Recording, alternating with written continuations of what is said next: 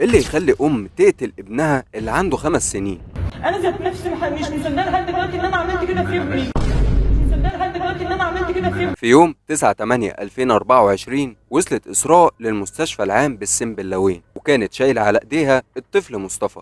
فضلت تصوت وتستنجد بالدكاترة علشان يلحقوا ابنها، وبالفعل خدوا منها الطفل. ومن أول معاينة ليه اكتشفوا ان هو واصل المستشفى وهو ميت تماما. سألوا إسراء عن اللي حصل وقالت لهم انها كانت قاعدة واتفاجئت بمصطفى وهو بيقع قدامها، ولكن الدكاترة كانوا شايفين ان في آثار كدمات على رقبة مصطفى من الخلف ومن الأمام. وسألوها تاني ايه اللي حصل، وقالت برضو نفس الكلام، ان مصطفى وقع ومفيش اي حاجة حصلت له غير كده. طبعا بلغوا اسم شرطة السنبلاوين، ورجال الامن لما وصلوا سألوا هم كمان إسراء عن اللي حصل لما شافوا جثة الطفل، وإسراء قالت لهم نفس الكلام اللي هي بتقوله. نقلوا الطفل على الطب الشرعي علشان يحددوا سبب الوفاة والوقت اللي مات فيه، وتقرير الطب الشرعي أثبت إن الطفل مات بسبب الخنق، مش زي ما إسراء كانت بتقول. الشرطة بدأت إن هي تحقق مع الناس القريبين جدا من إسراء اللي كان من ضمنهم أهلها.